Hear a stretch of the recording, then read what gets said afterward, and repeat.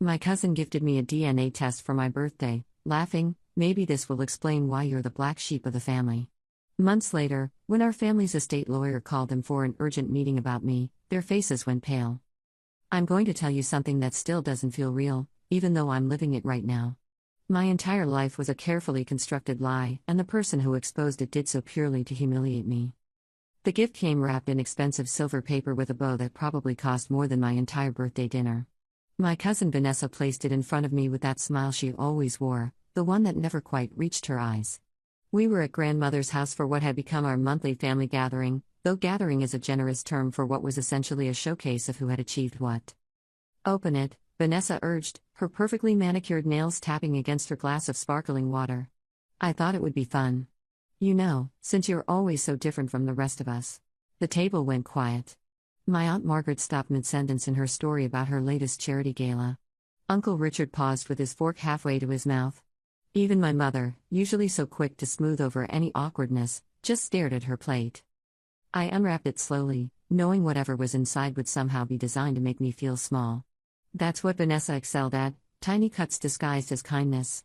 The DNA Ancestry kit stared up at me from its box, its cheerful logo promising to unlock family secrets and hidden heritage. "I figured it might explain why you're the black sheep," Vanessa said, laughing like it was the funniest joke she'd ever told. "You know, your dark hair when we're all blonde, your height, your complete lack of interest in anything cultured. Maybe you've got some exotic ancestry we don't know about." I felt my mother's hand squeeze mine under the table. That should have been my first clue. That small, desperate pressure that felt more like a plea than comfort. But I was too busy swallowing the humiliation that had become as familiar as breathing in this family. "Thank you," I managed, my voice steadier than I felt. "That's very thoughtful." Grandmother cleared her throat. At 83, Meredith Ashford still commanded a room with nothing more than a glance. She built her late husband's modest law practice into a powerhouse firm that now had branches in 3 states. Everything about her was sharp, her wit, her business sense, and the way she looked at people, like she was calculating their worth down to the penny. "Vanessa," grandmother said quietly, "that was unnecessary." "Oh, grandmother, I'm just having fun." Vanessa's voice had that practiced innocence she'd perfected over the years. "We're family. We can joke around, right, Emma?" I smiled. I always smiled. That's what you do when you're the one who doesn't quite fit, when your father died before you were born and left your mother to raise you on a teacher's salary while everyone else lived in houses with names instead of addresses. You smile and take it and try not to let them see how much it costs you. But I took the kid home that night. And 3 weeks later, after I'd sealed the tube with my saliva sample and sent it off, I forgot about it entirely. I had more pressing concerns. My job as a junior architect was demanding, and I was working on a proposal that could finally earn me a promotion. The last thing on my mind was ancestry percentages and distant relatives. The email arrived on a Tuesday morning in November. I was eating toast over my sink, still in my pajamas, when my phone chimed. The DNA results were ready. I almost deleted it without looking. Almost. But something made me click through, maybe just curiosity about what ethnic background would most irritate Vanessa.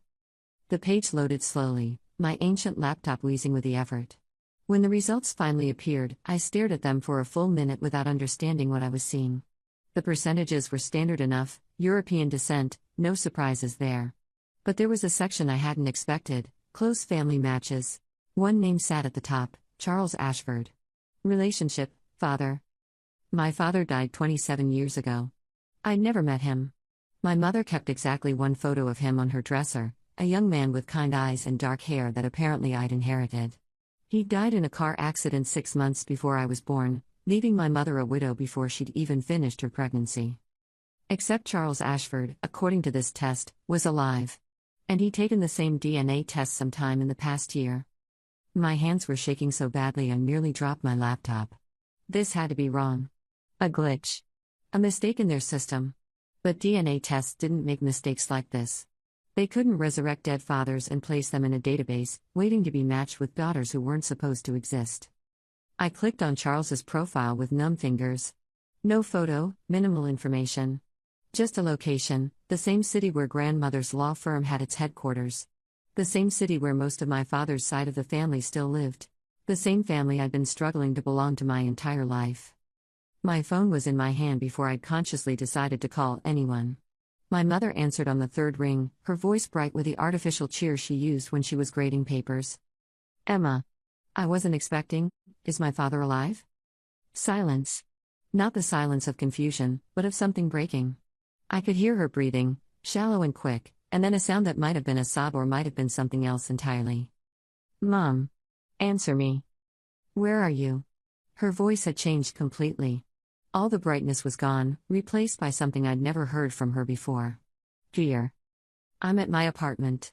I took that DNA test Vanessa gave me. Mom, it says Charles Ashford is my father and he's alive.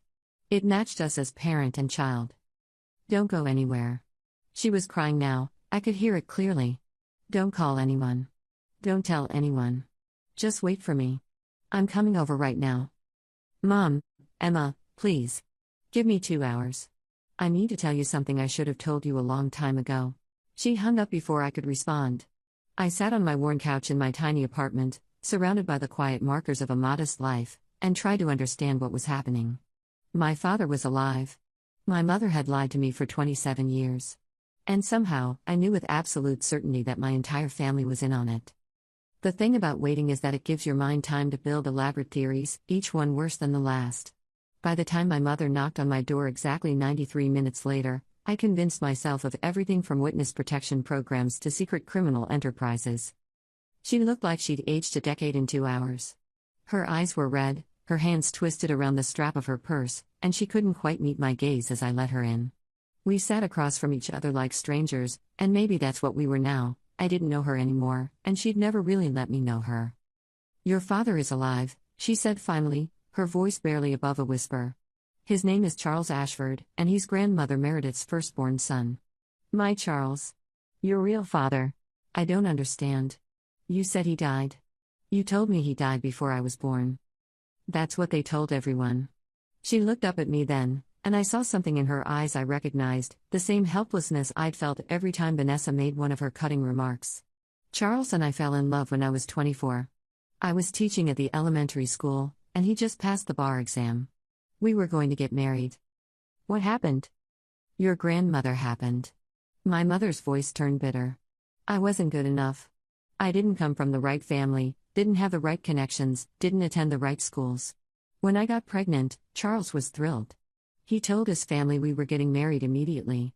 And Meredith told him that if he married me, she would disinherit him completely and destroy my teaching career.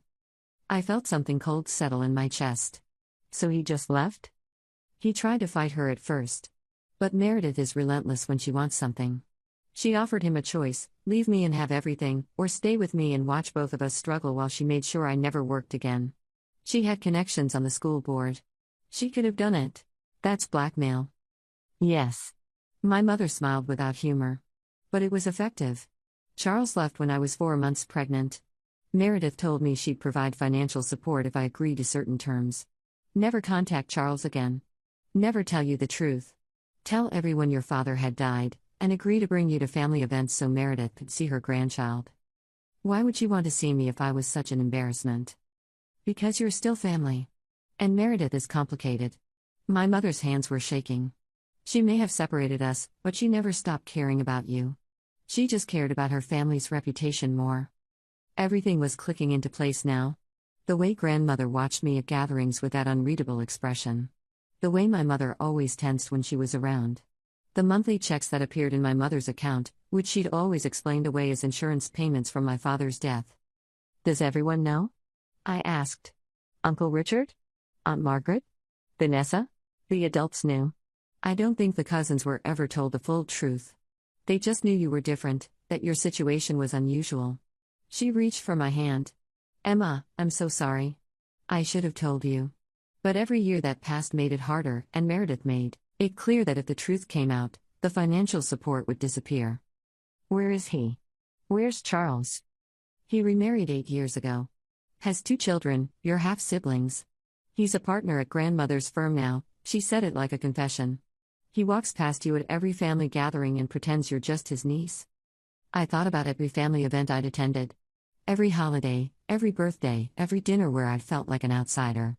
How many times had Charles Ashford stood in the same room as me, knowing exactly who I was, and said nothing?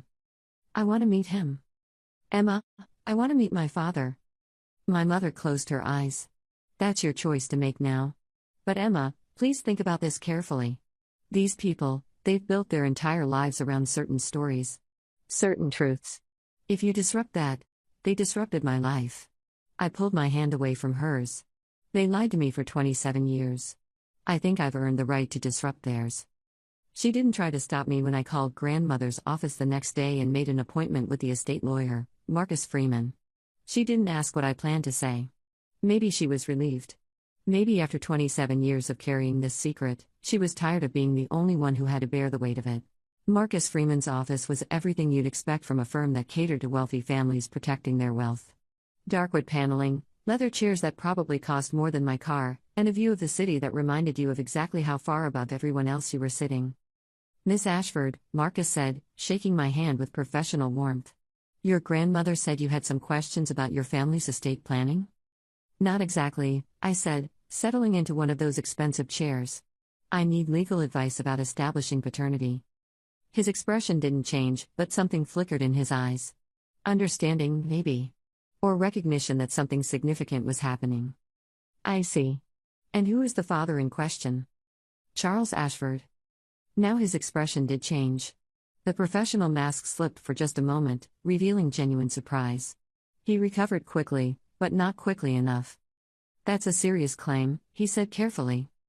I pulled out my phone and showed him the DNA results I'd had officially certified. It's not a claim. It's a fact. Marcus studied the documents for a long time. When he looked up, his face was grim. Miss Ashford, do you understand what you're suggesting? If Charles Ashford is legally established as your father, it has significant implications for estate planning, inheritance rights, and family trusts. I understand perfectly. May I ask what you hope to accomplish with this information? Recognition. The word came out harder than I'd intended. I've spent my entire life being treated like a charity case by my own family. Being mocked for not fitting in, for not being good enough. And all along, they knew. They all knew who I really was, and they let me believe I was less than them. Marcus was quiet for a moment. What would you like me to do? I want Charles Ashford legally recognized as my father. I want it on record. And I want my grandmother to know that I know everything. This will destroy several relationships in your family. They destroyed mine first, I said. They just did it slowly, over 27 years, so it wouldn't show. Marcus nodded slowly. I'll need to speak with Mrs. Ashford first. As the family's primary estate attorney, I have obligations to her as my client. But Miss Ashford, Emma, I want you to know that legally, you're absolutely entitled to pursue this. And personally, I think you should. Something in his voice made me look at him more closely. You knew, didn't you? I've been the Ashford family attorney for 15 years, he said quietly. I know many things. But knowledge and action are different matters. Until now, there was nothing I could ethically do. You've changed that. The meeting with grandmother happened 3 days later. Marcus called to tell me she wanted to see me privately at her home, not the family mansion where we had gatherings, but her personal residence, a penthouse apartment that overlooked the river. She answered the door herself. No staff, no witnesses. Just the two of us in her elegant living room with its museum-quality furniture and paintings that were probably worth more than most people earned in a lifetime. Sit down, Emma, she said, and for the first time in my life, her voice sounded tired. I sat. Grandmother poured tea from a silver service, her hands steady despite her age. She'd always been steady. That was part of what made her formidable. Marcus told me about your DNA test results, she began. And your request to establish legal paternity. It's not a request. It's a statement of fact. Yes. She sipped her tea. Charles is your father. I've always known, of course. I was the one who convinced him to leave your mother. Convinced. That's a gentle word for blackmail. I protected my family. Her voice was sharp now, the tiredness gone. Your mother was not an appropriate match for Charles. He was destined for great things, and she would have held him back. So you destroyed both their lives instead. That's certainly one way to protect people. Grandmother set down her teacup with a click that seemed too loud in the quiet room. You think I'm a villain in this story? Perhaps I am. But I'm also the reason you had a roof over your head and food on your table. The reason your mother could afford to raise you without drowning in debt. The reason you had decent schools and opportunities. Blood money, I said. That's what those checks were. Payment for our silence. Call it what you like. But you benefited from it. She stood, walking to the window. What do you want, Emma? Money? A formal apology? Recognition? I want what was stolen from me. A father. A real family. 27 years of truth instead of lies. The past can't be changed. But the present can be. I stood as well, facing her across the room. I've already filed paperwork to legally establish Charles as my father. Marcus is handling it. Once that's processed, I'm entitled to the same inheritance rights as any of Charles's children. The same legal standing in the family. Grandmother turned to look at me, and I saw something I'd never seen in her eyes before. Respect, maybe. Or at least recognition that I was no longer the quiet girl who took Vanessa's insults with a smile. You realize this will tear the family apart, she said. It was already torn apart. You just hid the pieces better than most people. Charles doesn't know you're doing this. I haven't told him yet. Good. Let him find out the way I found out, suddenly, with no warning, and from strangers. You're angry. I'm furious, I corrected. But I'm also done. Done pretending, done apologizing for existing, done letting Vanessa and everyone else treat me like I'm lucky to be included in your world. I was born into this family. I have every right to be here, and you took that from me. Grandmother was silent for a long moment. You're more like me than I expected, she said finally. That's unfortunate for everyone else. Then they should have treated me better. The legal proceedings moved faster than I'd anticipated. Marcus was efficient, and more importantly, he seemed personally invested in seeing this through. He told me later that he'd watched too many family secrets destroy people over the years, and he was tired of being complicit in the destruction. Charles tried to contest it at first. He hired his own attorney, claimed the DNA test was flawed, insisted there must be some mistake. But science doesn't lie, and eventually even his lawyer had to advise him that fighting was futile. The test was conclusive. I was his daughter. The family meeting happened in Marcus's conference room on a gray afternoon in December. Everyone was there: grandmother, Charles and his wife Patricia, Uncle Richard, Aunt Margaret, and yes, Vanessa. They'd all been summoned by Marcus for what he described as an urgent estate matter regarding me. I watched them file in, watched the confusion on their faces turn to unease when they saw me sitting at the head of the table. Vanessa looked annoyed, like I was wasting her time. Charles looked sick. Grandmother looked resigned. Marcus stood and cleared his throat. Thank you all for coming. We're here to discuss a significant development regarding the Ashford family estate and Emma's legal status within it. What does Emma have to do with the estate? Vanessa interrupted. No offense, but she's not exactly direct family. That's where you're wrong, Marcus said calmly. He slid certified documents across the table. DNA testing has conclusively established that Charles Ashford is Emma's biological father. This has been legally confirmed. Emma is not your cousin, Miss Vanessa. She's your half-sister. The silence was absolute. I watched them process it, the shock, the denial, the slow, terrible understanding. Patricia's face went white. Uncle Richard's mouth literally fell open. Aunt Margaret gripped the table like she might fall over. Vanessa stared at the documents, then at me, then at her father. This is insane. Dad, tell them this is wrong. Tell them, it's true. Charles's voice was barely audible. Emma is my daughter. Patricia stood up so fast her chair fell over. You told me she was your niece. You've been lying to me for 8 years? Patricia, please, you have a daughter. A daughter who's older than our relationship. And you never told me? Her voice was rising. I've watched you ignore her at family gatherings. I've watched your family treat her like an outsider, and you said nothing. I was protecting the family, Charles said weakly. No, grandmother said, her voice cutting through the chaos. You were protecting yourself. I asked you to lie, and you did, because it was easier than fighting me. Everyone turned to look at her. She met their gazes without flinching. I separated Charles and Emma's mother when she was pregnant. I threatened them both until Charles agreed to walk away. I paid for Emma's upbringing on the condition that everyone pretended her father was dead. This is my doing. Mother, Uncle Richard said, his voice strangled. How could you? Quite easily, as it turns out. Grandmother's face was impassive. I wanted what was best for Charles and for our family. I made choices to ensure that outcome. Vanessa was still staring at me. You planned this. That DNA test, you used it to expose everything. You manipulated this whole situation. I used the gift you gave me, I said quietly.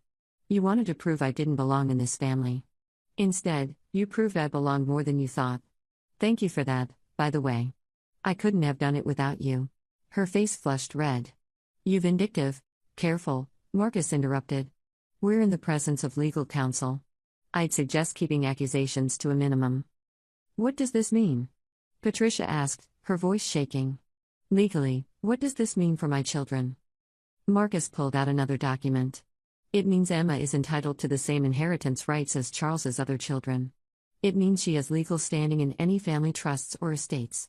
It means she's an heir, with all the rights and protections that entails. This is about money, Vanessa spat. You're just trying to take what's ours. No, I said, standing up. This is about truth. About not letting you pretend I don't exist anymore. About making sure that every time you sit down at a family gathering from now on, you have to acknowledge exactly who I am and what was done to me. I looked at Charles, who couldn't meet my eyes. I don't want a relationship with you. That ship sailed 27 years ago when you chose money over your own daughter. But I want recognition. I want my legal rights. And I want everyone in this family to remember that their comfort came at my expense. Emma, Charles started. Don't. I held up a hand. You don't get to call me that like you have any right to my name. You're not my father. You're just the man who contributed DNA and then walked away. But legally, I'm your daughter, and that means I'm part of this family whether Vanessa likes it or not. I turned to grandmother. You asked me what I wanted. This is it. I want my place at the table. My name in the family documents. My share of whatever inheritance I'm entitled to. And most of all, I want everyone to know the truth. You'll destroy our reputation, Aunt Margaret said weakly. Your reputation was built on lies. Maybe it deserves to be destroyed. Marcus gathered his papers. The legal changes have already been filed. Emma is officially recognized as Charles Ashford's daughter. She's been added to relevant family trusts and estates. You'll all receive copies of the updated documents within the week. This isn't over, Vanessa said, her voice low and dangerous. Yes, I said, meeting her eyes. It actually is. You tried to humiliate me with that DNA test. Instead, you gave me the proof I needed to claim my real place in this family. So thank you, Vanessa. Truly. You're the best gift giver I've ever known. I walked out of that conference room with my head high, leaving behind the wreckage of their comfortable lies. Behind me, I could hear voices rising in argument, Patricia's anger, Charles's weak protests, Vanessa's fury. But none of it touched me anymore. The strangest part of all this wasn't the confrontation or the legal battles or even the shocked faces around that conference table. It was the aftermath. The slow, careful way the family began to rearrange itself around this new truth. Patricia divorced Charles within 3 months. I didn't feel guilty about that. Their marriage had been built on a lie, and she deserved better than a man who could look at his own daughter and pretend she was a stranger. Vanessa stopped attending family gatherings entirely. Uncle Richard and Aunt Margaret sent awkward emails trying to apologize for years of implied condescension. I read them and didn't respond. Charles tried to reach out once. A letter, handwritten, full of explanations that sounded like excuses. He wanted a chance to know me, he said. To make up for lost time. To be a father. I burned it without finishing. Some chances expire, and you don't get to reclaim them just because the truth finally came out. The money came, of course. My share of the family trust. More zeros than I'd ever imagined seeing in my bank account. I donated half of it to organizations that help single mothers and their children. The other half I invested carefully, following advice from Marcus, who had somehow become more friend than attorney. You could have asked for more, he told me over coffee one afternoon. Legally, you were entitled to damages for emotional distress. I didn't want damages. I wanted acknowledgement. You got that. The whole family knows now. The whole firm knows. It's become quite the scandal in certain circles. Good, I said, and I meant it. Grandmother died 8 months after that conference room meeting. Heart attack, quick and clean. She'd lived 84 years on her own terms, controlling everything and everyone around her. At the funeral, I stood with the family because I had every legal right to be there. Vanessa glared at me across the grave. Charles looked through me like I was made of glass. But the lawyer read the will, and there I was, Emma Ashford, granddaughter, daughter of Charles Ashford. Officially. Legally. Irreversibly. Grandmother had updated her documents to reflect the truth before she died. Maybe it was her final act of control, or maybe it was the closest thing to an apology she knew how to give. I'd never know. I kept working as an architect. Got that promotion I'd been chasing. Designed buildings that would outlast the family drama, the secrets, the lies. I stopped attending family gatherings. Not because I was excluded, but because I didn't need them anymore. The thing I'd been searching for my whole life, belonging, acceptance, recognition, turned out to be something I could only give myself. Sometimes I think about Vanessa's face when Marcus revealed the truth. The shock, the anger, the dawning realization that her cruel gift had backfired in the most spectacular way possible. She'd wanted to prove I didn't belong. Instead, she'd given me the key to proving I belonged more legitimately than she'd ever imagined. That DNA kit still sits in my apartment, the box empty now, its purpose served. Sometimes I look at it and laugh. Sometimes I look at it and feel sad for the girl I used to be, the one who would have apologized for existing, who would have smiled through Vanessa's cruelty and pretended it didn't hurt. I'm not that girl anymore. That girl died in Marcus Freeman's conference room when I stood up and claimed my place at a table I'd been pushed away from my entire life. What replaced her is someone harder, maybe. Someone who understands that family is a legal designation, not a feeling. Someone who knows that blood might bind you, but it doesn't define you. My mother and I are closer now. The secret that stood between us is gone, and we can finally be honest with each other.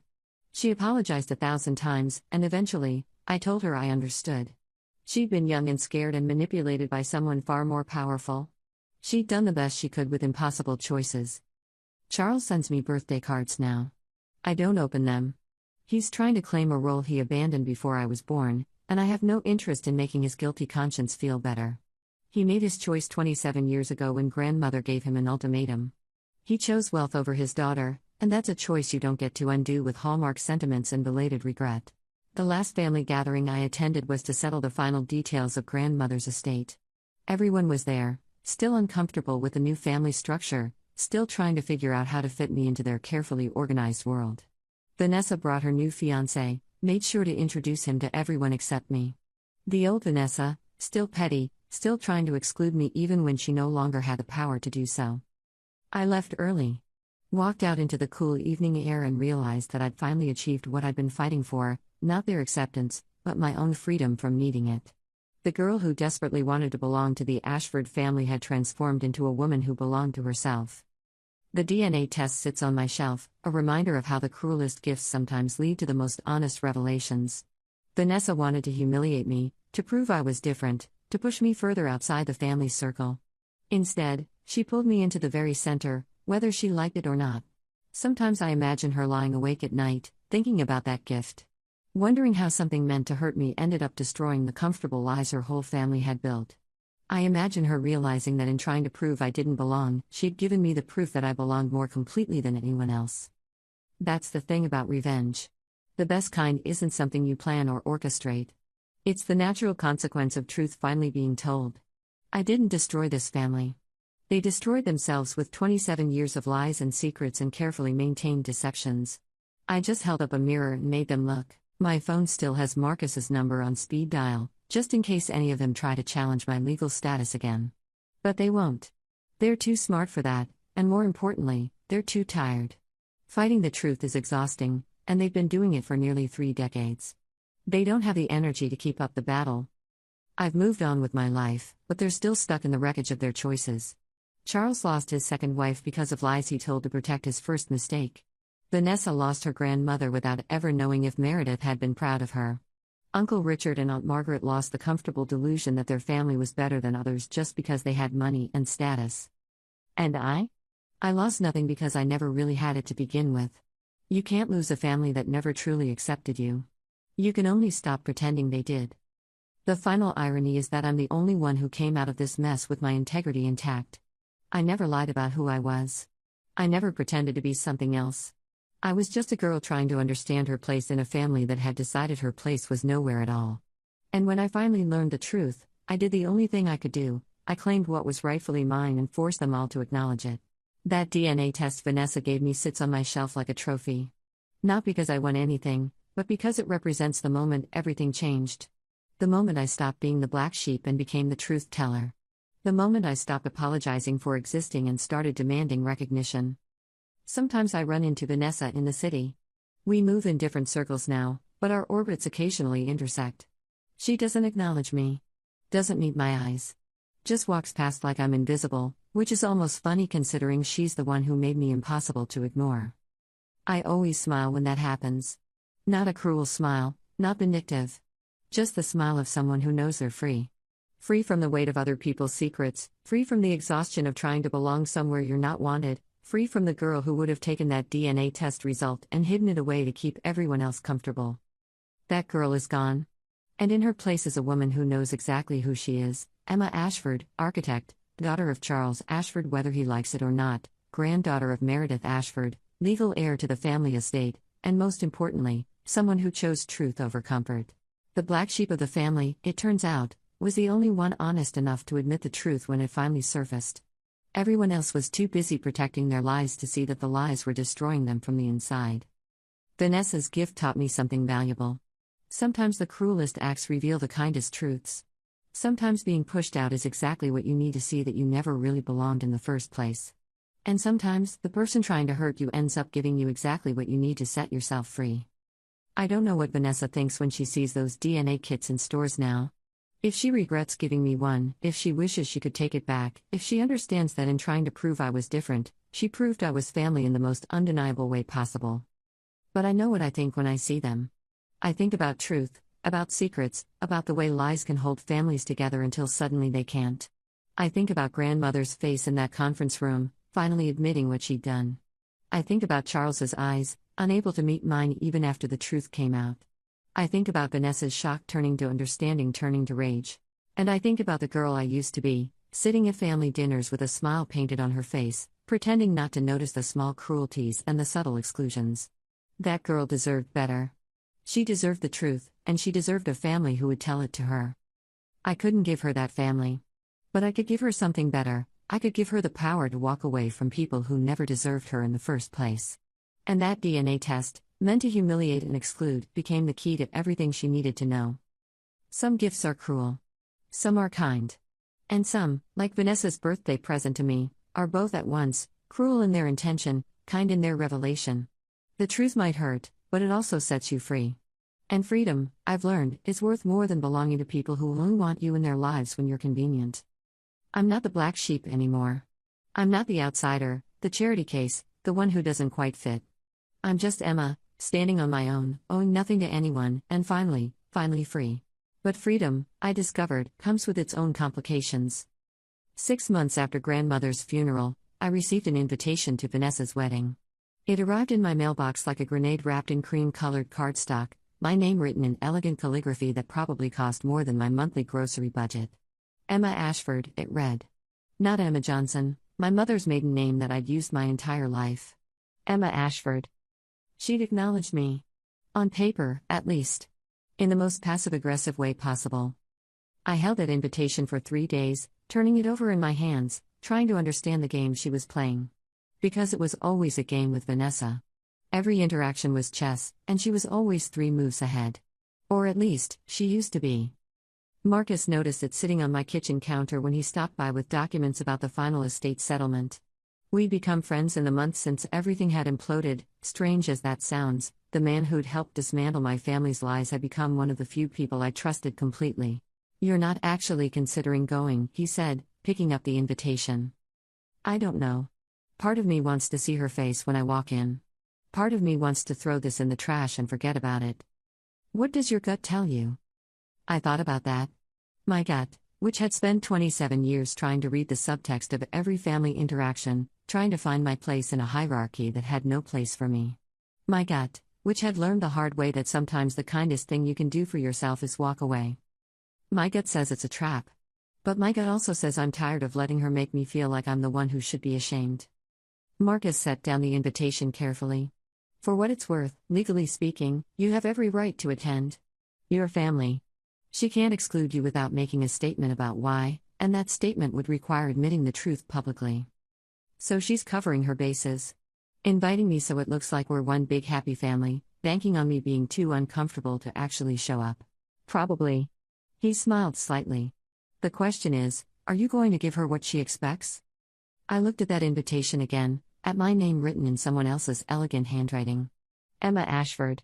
Not a Johnson anymore, not my mother's daughter exclusively. And Ashford, officially and irrevocably. No, I said slowly. I don't think I am. The wedding was scheduled for a Saturday in June at an exclusive country club that required 3 references and a trust fund just to be considered for membership. The kind of place where the waitstaff wore white gloves and the flower arrangements cost more than most people's cars. Vanessa's element, in other words. I bought a dress for the occasion. Not too flashy, not too plain. Sophisticated, elegant, the kind of thing that whispered money without shouting it. I'd learned something from watching the Ashford family all these years: true wealth doesn't need to announce itself. It just exists, quietly confident in its own presence. My mother tried to talk me out of going. We met for lunch 2 days before the wedding, and I could see the worry lines around her eyes, the way her hands couldn't quite stay still on the table. Emma, honey, I don't think this is a good idea. Vanessa doesn't want you there. She's just inviting you because it would look worse if she didn't. I know. So why go? Why put yourself through that? I took a sip of water, choosing my words carefully. Because I spent my entire life making myself smaller so other people would be more comfortable. I smiled when Vanessa made her little comments. I pretended not to notice when Uncle Richard forgot to include me in the family Christmas card. I apologized for existing, and I'm done. This isn't about existing. This is about revenge. No, I said, and I meant it. Revenge would be showing up and making a scene, exposing all their secrets to their country club friends. I'm just attending a family wedding. My cousin is getting married, and I was invited. There's nothing inappropriate about that. My mother's eyes were sad. You're not wrong. But you're not entirely right either. You're going because you want them to be uncomfortable. You want them to remember what they did every time they look at you. Is that so bad? They made me uncomfortable for 27 years. They can handle one wedding. She reached across the table and took my hand. Just promise me you'll be careful. These people, they have power, Emma. Money, connections, influence. They can make your life difficult if they want to. They already did that, I said gently. And I survived. I'll survive this too. The day of the wedding arrived with clear skies and perfect weather, the kind of day that people pay extra for and still can't guarantee. I drove to the country club in my decade-old sedan, parking it between a Mercedes and a Tesla, and felt a small, petty satisfaction at the contrast. My car might have been old, but it was paid for. No debt, no obligation, no strings attached. The ceremony was outdoors in the club's garden, rows of white chairs facing an arch wrapped in flowers that probably cost more than my monthly rent. I arrived early enough to find a seat near the back, where I could watch everyone else arrive without being too obvious about it. Aunt Margaret spotted me first. I watched the recognition hit her, followed by confusion, followed by something that might have been panic. She whispered something to Uncle Richard, who turned to look at me with wide eyes. They had a brief, urgent conversation, and then Aunt Margaret pulled out her phone. Calling Vanessa, I assumed. Warning her that the black sheep had actually shown up. More family members arrived, and the pattern repeated. Someone would see me, do a double take, whisper to whoever they were with. The whispers spread like ripples in a pond, growing wider and wider until the entire garden seemed to vibrate with the news of my presence. Charles arrived with his 2 youngest children, my half-siblings, though we'd never spoken. He saw me and went pale, actually stumbling slightly on the perfectly manicured grass. His new girlfriend, because of course there was a new girlfriend, looked between us, confused by his reaction. I smiled at him. A small, polite smile. The kind you'd give any family member at a wedding. His face went even paler. Patricia, his ex-wife, arrived separately. She'd been invited because she was still close with some of the family, and more importantly, because excluding her would have raised questions. She spotted me immediately and came over, surprising me completely. Emma, she said, her voice warm. I'm glad you came. You are? I am. She sat down next to me without asking, which I appreciated. These people spent years lying to me. To both of us, really. I think it's fitting that we're both here, living proof of their deception. I looked at her more closely. Patricia was in her 40s, elegant in the way that money and good taste could make anyone elegant. But there was something else in her eyes now, a hardness that hadn't been there before.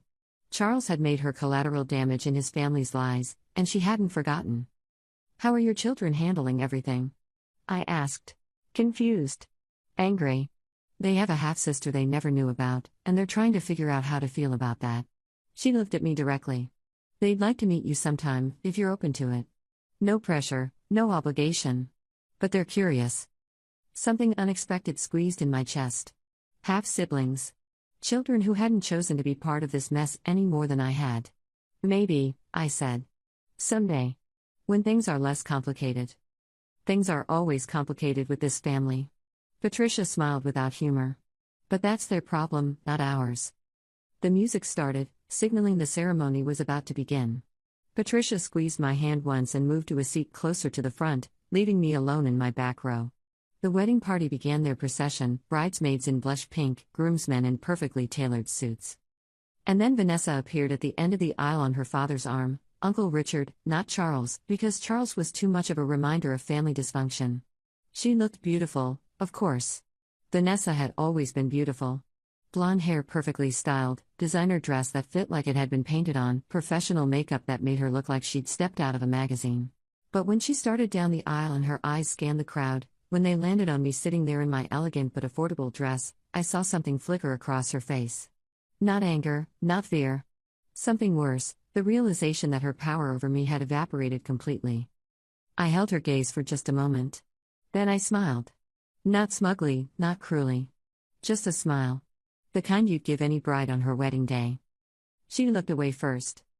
The ceremony was beautiful and boring in equal measure. Traditional vows, expensive decorations, a string quartet playing classical music that most people probably couldn't even name. The groom looked happy and clueless, which made sense, he probably had no idea about the family drama he was marrying into. Poor guy. But it was the reception where things got interesting. The country club's ballroom had been transformed into something out of a society magazine: crystal chandeliers, silk tablecloths, centerpieces that were probably each worth more than my car. I found my seat assignment at a table near the back, which wasn't surprising. What was surprising was who else was seated there. Marcus Freeman, the family attorney. Patricia and her children. And 2 empty seats that remained empty all evening, suggesting someone had been uninvited at the last minute. "She tried to keep you out entirely," Marcus said quietly as I sat down. "Called me yesterday demanding I explain why you had to be invited. I told her it would be legally problematic to exclude an immediate family member from a family event, especially after recent clarifications about family structure." "You told her she had to invite me?" "I told her the optics would be terrible if she didn't. Let her draw her own conclusions." He smiled slightly. "Sometimes the threat of a lawsuit is more effective than an actual lawsuit." Patricia laughed. "I love that you two have become friends. Charles hates it, which makes it even better." Speaking of Charles, one of Patricia's children, a teenage boy named Michael, leaned forward. "Is it true he didn't even know you existed until last year?" "Michael," Patricia warned. "It's okay," I said. "Yes, it's true. He knew, but he pretended not to. There's a difference." "That's messed up," Michael said with the blunt honesty of a teenager. "You're our sister. How do you just ignore your own kid?" Very carefully, apparently.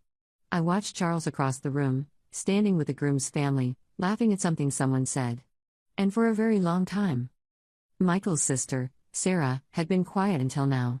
She was younger, maybe 16, with her mother's features and Charles's dark hair. "Do you hate us?" she asked suddenly. "Because we're the kids he chose to acknowledge?" The question caught me off guard. "No.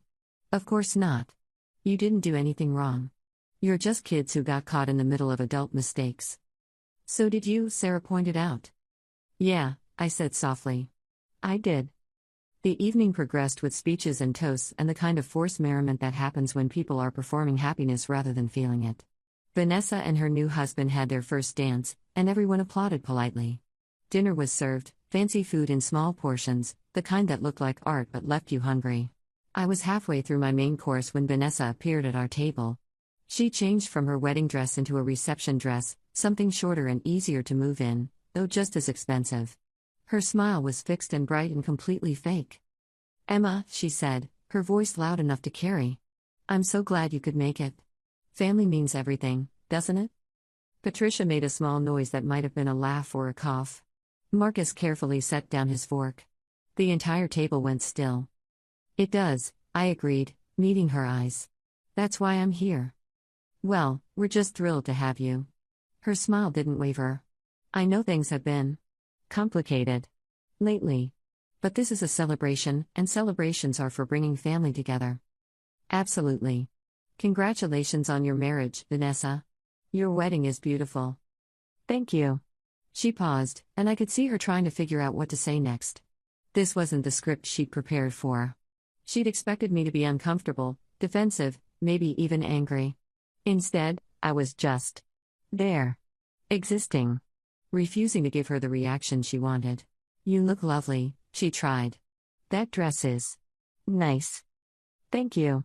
It's nothing special, but I thought it was appropriate for the occasion. Another pause. Longer this time. Vanessa's smile was starting to crack at the edges. Well, I should get back to greeting guests. Enjoy the rest of your evening. She walked away quickly, her posture too straight, her movements too controlled. Patricia waited until she was out of earshot before letting out a laugh. That was masterful, she said. You gave her nothing. No drama, no emotion, just bland politeness. She doesn't know what to do with that. It's the truth, I said. I'm just here to celebrate my cousin's wedding. If she wants to make it into something else, that's her choice. Marcus raised his glass. To family, he said dryly. May they always keep estate lawyers employed. We clinked glasses, and I felt something shift inside me. These people, Patricia, Marcus, even Patricia's children, they weren't trying to make me feel small. They weren't performing superiority or counting my worth by the price tag on my dress. They were just people who'd been hurt by the same lies I had, and somehow, in the wreckage of those lies, we found each other. The evening wore on. I danced once, with Marcus, because he asked and because it seemed like the kind of normal thing people did at weddings. We moved stiffly around the floor, both of us clearly uncomfortable, and ended up laughing about how terrible we were at it. I should warn you, he said as we attempted something that might have been a waltz. Charles has been watching you all evening. I think he wants to talk to you. He's had 27 years to talk to me. I know. I'm just giving you a heads up. Marcus spun me carefully, managing not to step on my feet. You don't owe him anything, Emma. Not a conversation, not forgiveness, not even acknowledgement. I know that too, but knowing something and feeling it are different things. When the song ended and I went to get a glass of water, Charles intercepted me near the bar. He looked older than I remembered, stress lines around his eyes, gray threading through his dark hair. Emma, he said, and his voice cracked slightly on my name. Can we talk? Just for a minute? Every instinct I had screamed at me to walk away. But we were in a public place, surrounded by people, and I was tired of running from uncomfortable conversations. 1 minute, I said. We moved to a quieter corner of the ballroom, away from the music and laughter. Charles looked like he was about to climb a mountain he hadn't trained for, determined but terrified. I'm sorry, he said. I know that doesn't fix anything, and I know it's far too late, but I need you to know that I'm sorry. For all of it. For leaving, for lying, for pretending you didn't exist. Why now? I asked. Why are you apologizing now, at Vanessa's wedding, after all this time? Because seeing you here, seeing Patricia and the kids sitting with you. He trailed off, struggling. I've lost so much because of the choices I made. My marriage, my relationship with my children, my self-respect. And all of it traces back to the moment I chose money over you. Yes, I said simply. It does. Is there any chance, any possibility at all, that we could start over? That I could try to be a father to you? I looked at him for a long moment. Saw the hope in his eyes, the desperate need for redemption that had nothing to do with me and everything to do with his own guilt. And I felt nothing. No anger, no sadness, no longing for what might have been. Just a quiet, calm certainty. No, I said gently. You can't be my father because you chose not to be my father 27 years ago. That was your one chance, and you missed it. I don't need you now. Emma, please, I'm not saying this to hurt you. I'm saying it because it's true. I set down my water glass. You want forgiveness so you can feel better about yourself. You want a relationship so you can tell yourself you're not a bad person. But I don't exist to make you feel better about your choices, Charles. I never did. His face crumbled. I understand. I hoped. I know. But hope isn't enough. It never was. I turned to leave, then paused. For what it's worth, your other children, Michael and Sarah, they're good kids. Patricia did a good job with them. If you're looking for redemption, try being a better father to them. It's too late for me, but it's not too late for them. I walked away before he could respond, leaving him standing alone in the corner of his niece's wedding reception, finally facing the consequences of the choices he'd made decades ago. And I felt lighter somehow, like I'd set down a weight I didn't even know I'd been carrying. The rest of the evening passed quickly.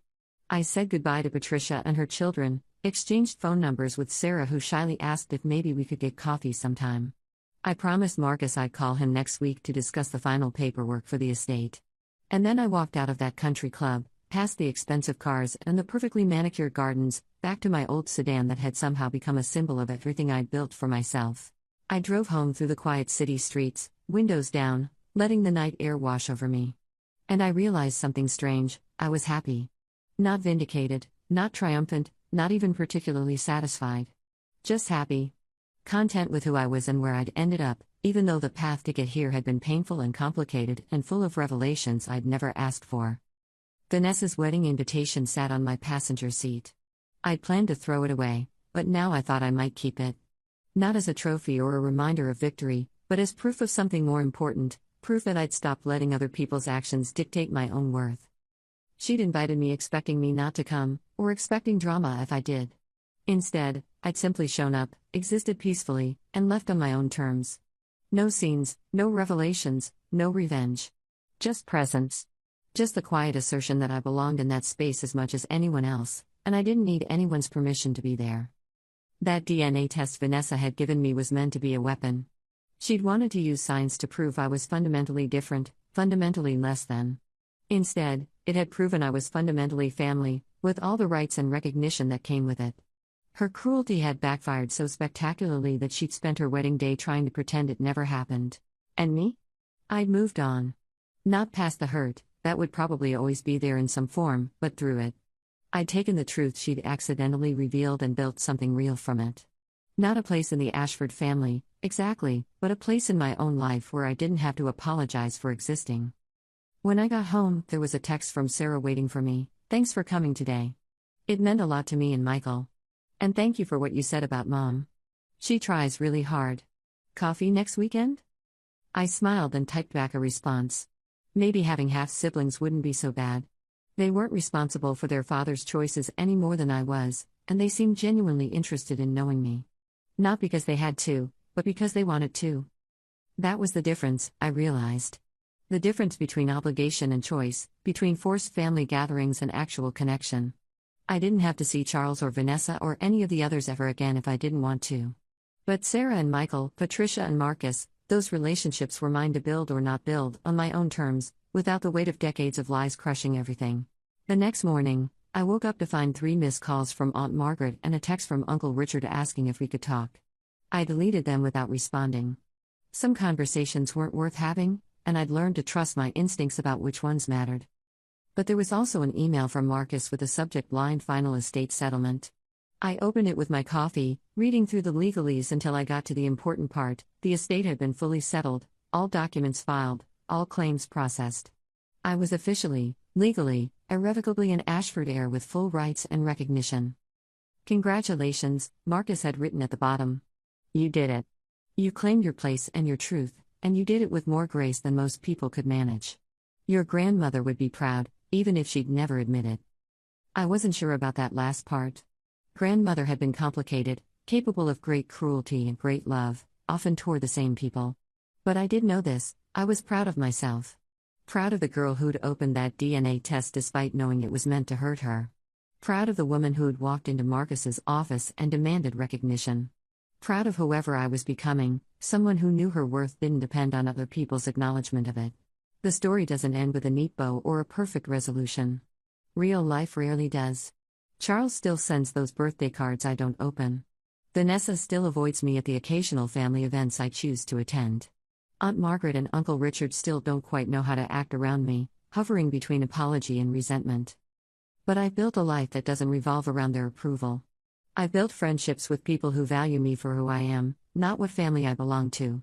And slowly, carefully, I'm building a relationship with 2 half-siblings who seem to actually want a sister, not just the idea of one.